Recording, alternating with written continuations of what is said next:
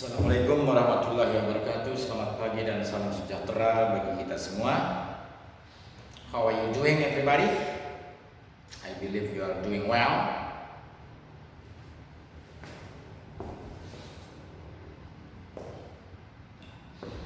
Kembali kita bertemu di channel Mr. Yon Edu English True Understanding.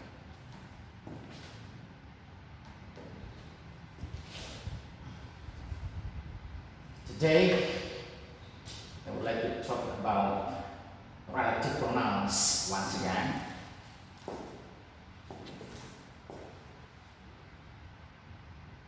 But now our focus will be on who and whose. Ini pada dasarnya adalah lanjutan dari part 1, di mana kali ini yang penekanan kita adalah di pronoun kata ganti who dan whose. Nah, semua pronoun ini berarti apa? Yang, mengandung pengertian yang. Who, whom, that, which, whose itu berarti yang.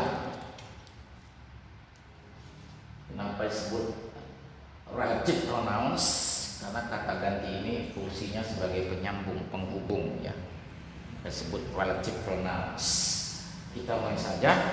Once again, I would like to remind you to pay me your full attention, to follow me from start to finish. Do you agree? Okay. Okay, let's get started. Simak dengan seksama dan teliti, karena bahasa Inggris pada dasarnya hanyalah menguasai berbagai ketentuan peraturan tata bahasa Inggris, gak lebih dari itu, dan itu nggak boleh dilanggar, karena bahasa Inggris ketentuannya, kaidah-kaidahnya begitu ketat, yang kesemuanya sebenarnya ya satu kali dikuasai ya tidak ada apa-apa yang seperti bahasa sendiri. Asalkan semua ketentuan, kaidah-kaidah dalam tata bahasa Inggris diikuti, betul-betul diikuti secara mutlak, secara absolut. Itu sebabnya bahasa Inggris menjadi bahasa pergaulan internasional, karena peraturannya, the rules of the game, itu begitu jelas, tidak ada yang boleh ditabrak atau dilanggar. Siap? Kamu ada satu-satunya di sini yang berbahasa Prancis. Artinya apa? Berarti cuma kamu di sini yang punya kemampuan berbahasa Prancis. Perhatikan baik-baik. Once again, follow me very carefully from the beginning to the end. I repeat, kamulah satu-satunya di sini yang berbahasa Prancis. Artinya apa? Hanya kamu di sini yang mampu berbahasa Prancis. You are the only one here who speaks English. Who speaks French. Perhatikan baik-baik di sini. Kenapa verbnya ini ada tambahan s, sementara pada kalimat langsung you speak French tidak ada s. You speak French. Itu kalimat langsung. Sekali lagi, penjelasannya adalah subjek apapun di depan sini, subjek apapun yang jumlahnya satu yang digantikan oleh pronoun who, maka subjek tersebut menjadi setara dengan subjek ketiga tunggal, the third singular subject. Sekali lagi, please. I'm sorry, there is some noise outside there. Sekali lagi, penjelasannya adalah kenapa nih speaks sementara kok langsung you speak French. Karena ketentuannya adalah subjek apapun di sini yang jumlahnya satu, singular, yang digantikan oleh pronoun who, kata ganti who, maka subjek tersebut menjadi setara dengan subjek ketiga tunggal. Ingat, you, kamu jumlahnya satu, berarti bukan cuma you, termasuk I, aku, satu juga demikian. Oke. Begitulah ketentuannya. Kenapa di sini speaks bukannya speak, karena dia sudah menjadi setara dengan subjek ketiga tunggal karena melibatkan praktek pemakaian pronoun who. Oke. Sampai sini jelas semua ya. Nanti kalau bisa video ini diputar ulang lebih dari 1 kali agar supaya betul-betul paham sepaham-pahamnya, jangan sampai ada yang gagal paham. Setuju semuanya? Oke. Kita lanjut. Next, number 2. Kamu bukan satu-satunya yang mengerti bahasa Cina. Berarti masih ada orang lain. You aren't the only one who understands Chinese. Kenapa dia understands? Bukan langsung kan you understand Chinese, karena you tadi sudah menjadi setara dengan subjek ketiga tunggal. My brother, please, would you please take care of those outside, those who make some noise.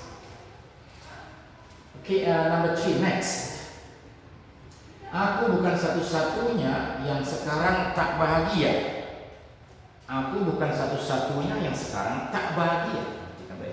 I am not the only one who is now unhappy. Perhatikan kalau kalimat langsungnya I am unhappy. Kenapa di sini is? Sekali lagi, karena I tadi sudah menjadi setara dengan subjek ketiga tunggal. Ya. I am not the only one who is now unhappy. Saya bukan satu-satunya yang sekarang tak bahagia. Next, number 4. Mereka bukan satu-satunya yang takut dengan kegelapan. Berarti masih ada orang-orang lain yang takut dengan kegelapan, termasuk saya pribadi, Mr. Yon pribadi ya. Nggak terlalu berani dengan kegelapan, tapi kalau banyak orang berani ya. They aren't the only ones who are afraid of the dark. Kenapa sih ada S-nya once? Karena mereka they aren't the only ones. Jadi yang namanya satu-satunya tidak harus satu. Artinya they are the only ones. Mereka satu-satunya, artinya di luar mereka nggak ada orang lain. Itu pengertian situ satu-satunya. Jumlahnya tidak harus satu. Nah, yang namanya satu-satunya pengertiannya itu tidak harus satu. Bisa 2, bisa 3 dan seterusnya ya. Okay. Once again, I repeat. They aren't the only ones who are afraid of the dark. Yang takut dengan kegelapan. Next, number 5. Kami bukan satu-satunya yang tidak memahami dia. We aren't the only ones who don't understand him. We don't understand him. We aren't the only ones who don't understand him. Mengenai yang subjeknya jumlahnya 1 tadi digantikan oleh pronoun who, maka menjadi setara dengan subjek ketiga tunggal. Itu harap diperhatikan, jangan sampai ada yang lewat. Sekarang kita mau ke pronoun whose. Jadi whose ini pada dasarnya menggantikan possessive pronoun, kata ganti milik. Kenapa disebut pronoun? Karena fungsinya menggantikan. Bernama relative pronouns. Itu semuanya ini. They are all relative pronouns. Sekali lagi, whose fungsinya adalah menggantikan possessive pronoun, menggantikan kata ganti kepemilikan atau kata ganti milik. Oke. Number 1. Dia bukanlah satu-satunya yang ibunya tentara. Dia bukanlah satu-satunya yang ibunya tentara. Artinya masih ada orang lain juga yang ibunya sama-sama tentara, bukan dia satu-satunya. She isn't the only one whose mother is a soldier. Jadi kita bicarakan di sini adalah ibunya, bukan subjeknya. She isn't the only one here. Tidak ada kata here. She isn't the only one whose mother is a soldier. Whose mother is a soldier. Next. Dia adalah satu-satunya di sini yang pacarnya seorang pangeran. Artinya cuma cewek itu saja atau gadis itu saja di sini yang pacarnya seorang pangeran. Ya, termasuk gadis yang beruntung ya punya pacar seorang pangeran. Asal pangeran yang baik hati, bukan pangeran dalam negeri dongeng, pangeran kodok dan seterusnya. Anggap saja ini pangeran sungguhan. She is the only one here whose boyfriend is a prince. I repeat, she is the only one here whose boyfriend is a prince. Next. Kamu bukanlah satu-satunya yang istrinya tak suka bunga. Artinya bukan cuma Anda yang istrinya nggak suka bunga, masih ada orang-orang lain yang para istrinya juga sama-sama nggak suka bunga. Itu pengertiannya. Jadi yang kita bicarakan di sini adalah bukan subjeknya, tapi apa yang dipunyai oleh subjek. Itulah pengertian whose yang menggantikan possessive pronoun. Bukan subjeknya, tapi apa yang dipunyai oleh subjek. Makanya disebut apa tadi? Fungsinya adalah whose menggantikan possessive pronoun. Apa yang dimiliki oleh subjek. Lanjut. Tadi sampai sini ya. Number 3. Kamu bukanlah satu-satunya yang istrinya tak suka bunga. You aren't the only one whose wife doesn't like flowers. Whose wife doesn't like flowers. I repeat. You aren't the only one whose wife doesn't like flowers. Next. Dialah satu-satunya di sini yang ayahnya adalah seorang petarung MMA. MMA singkatan mixed martial arts ya. Seni bela diri campuran. Bisa juga diterjemahkan kurang lebih seperti ini.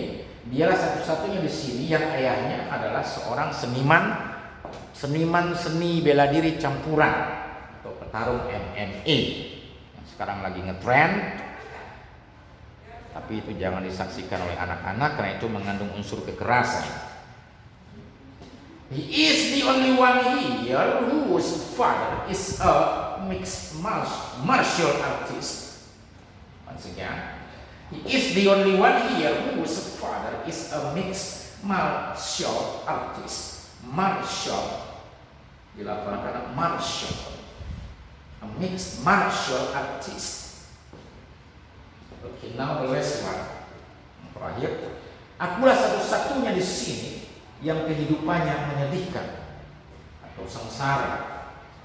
Cuma sekedar contoh ya.